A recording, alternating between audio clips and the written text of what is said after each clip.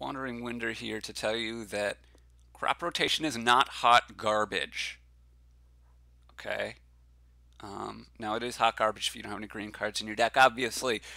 But if you have green cards in your deck, it's actually quite good. Quite good. Um, so I've forced Merchant Ship again. Actually, there's some other relevant cards going on here, but I'm going to ignore everything other than Merchant Ship in the Kingdom, or Merchant Ship, Crop Rotation, and your basic cards, I should say. Also ignoring Potion. But basically, let's talk about crop rotation a little bit in the abstract. Once you get crop rotation, if you're either going to have your 5 card hand that has a green card in it or not. If it has a green card in it, you start with a 6 card hand.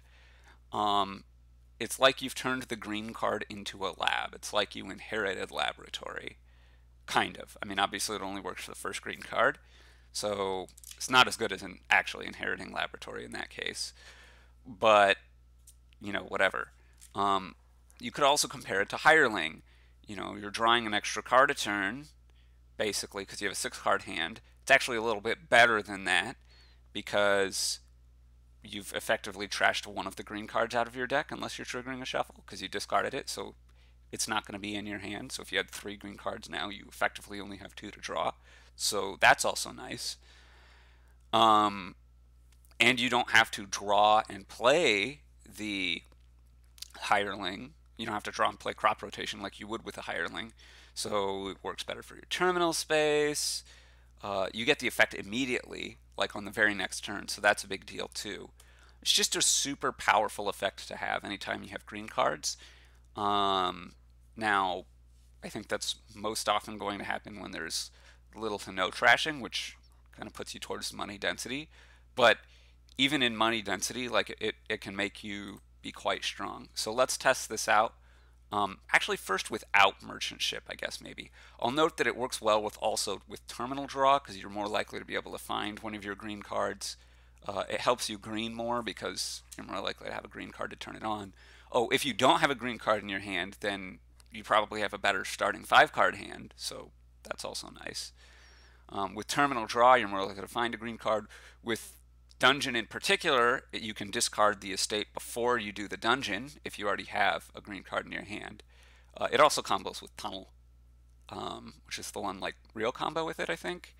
But anyway, yeah, it's a really strong thing. So let's start without Merchant Ship and just play straight crop rotation money. The median turn you're going to get crop rotation is turn 5. Turn 5 is meaningfully different from turn 6. Here we get it on turn 4. You definitely want crop rotation over gold. And you're going to start discarding this stuff. Again, we're playing without kingdom cards here. So 10 is a bit unfortunate. This is all my silvers. So I know that basically I'm going to have 4 or 5 money next turn. I think I still need to build a little bit more.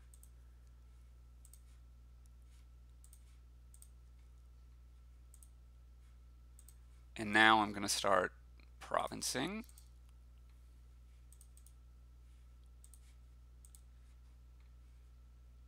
So we've seen both of our golds already.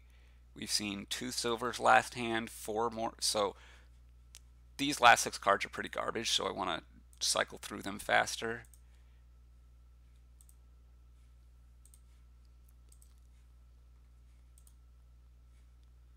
So this has been pretty poor draws. We see we're still at 4 provinces on turn 14, 5 on turn 15, 6 on turn 16. So this is, for money, not so bad. 6 provinces on turn 16. Usually going to get it, well, it's usually going to be better than a lot of other things that money would be doing, I guess I should say. Often that's not going to be good enough because there's going to be something else. But obviously this is also fairly poor draws. And, okay, the crop rotation itself was kind of early, but fairly poor draws overall. And we hit 8 provinces on turn 19. Fairly poor draws overall. Yeah, don't know much to say, and it's still not terrible. So let's do that one more time. 5 here, 4 here, And we're going to hit a late crop rotation this time, a very late crop rotation this time. This is extremely bad draws. Let's go ahead and province. You can green a bit earlier doing this than you normally otherwise would, but just make sure that if you do that, you're willing to build behind. So this is really late to get into crop rotation. Still had 4 provinces on turn 12. 5 on 14, 6 on 15. So you can see that this is a pretty strong enabler. I should be able to probably finish out here. Guess probably not at this point. Yeah. Okay, now let's try it once with, again, the not so strong enabler merchant ship. Just to show that crop rotation, quite good. Here we get it early, so this is fantastic. These are like best possible draws, or very close to it.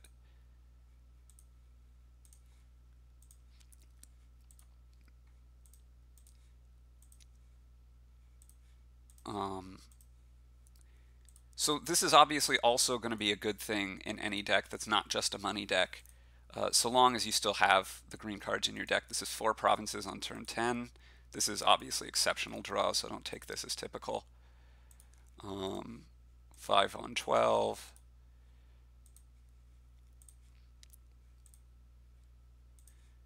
6 on 14. 7 on 15. And 8 on turn 16. So just goes to show, especially with a reasonable 5 for your money deck, crop rotation really strong. You need to keep your estates. Any deck that does keep its estates, I think crop rotation is going to be good in.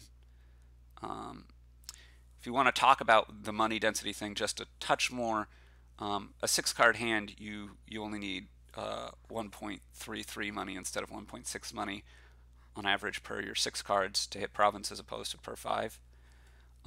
And again, since you're guaranteed to not have one of your green cards in your hand unless you've triggered a shuffle, then that helps you. You can also, occasionally it helps to not discard. If you're going to trigger a bad shuffle, you can choose not to. So that's something there. Works with other stuff. If there's some way where it's hard to trash estates, but it's easy to trash coppers, crop rotation can be your friend in other kinds of decks as well. I think it may even be reasonable just as added insurance in a few other kinds of decks, but it's just a very powerful event, or project rather, in those cases where you still have green cards in your deck. Helps you green a little bit earlier, helps you maintain your oomph as you're greening. So really just don't sleep on it. It can be extremely powerful. Obviously, not every board is for it, but you can pretty easily identify when it is and when it isn't. Anyway, this is Wandering Winder with another another PSA, I guess. I don't know. Whatever. Let me know what you think. Let me know if you have suggestions. Let me know how wrong I am. But I guess sometimes even skip weak trashing for this thing. Anyway, Wandering Winder signing off.